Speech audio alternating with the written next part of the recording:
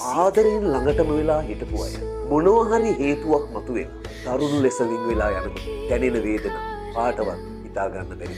හැබැයි එයට මුහුණ දෙන්න සිද්ධ වෙනවා. හමුවීමක් ඇතුලේ වෙන්වීමක් ලියවිලා තියෙනවා නම් ඒ වෙන්වීම සිදු වෙනවා.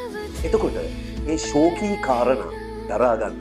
හදවත පහුරු ගන්නාසේ වේදනාවටපත් උනත් ඒ වේදනාව ඉවාරය හැමතිස්සෙම අවරිදව. හැබැයි ඒ රිදුම් දරාගෙන මම අතීතයේ සුන්දරත්වයේ සිහිපත් කරන්න උත්සාහ කරනවා. ඒ හැම මොහොතකම මට මතක් වෙන්නේ ඔයාගේ හිනාව, ඔයාගේ ආදරය, ඔයාගේ රැකවරණය. එහෙම ජීවත් වෙනකොට කල්පනා කරනවා. අපි ඉස්සර සතුටෙන් හිටිය නේද? අපි ඉස්සර hina වුණා නේද? ඒ hinaව ඈතට පාවෙලා ගියේ කොහොමද?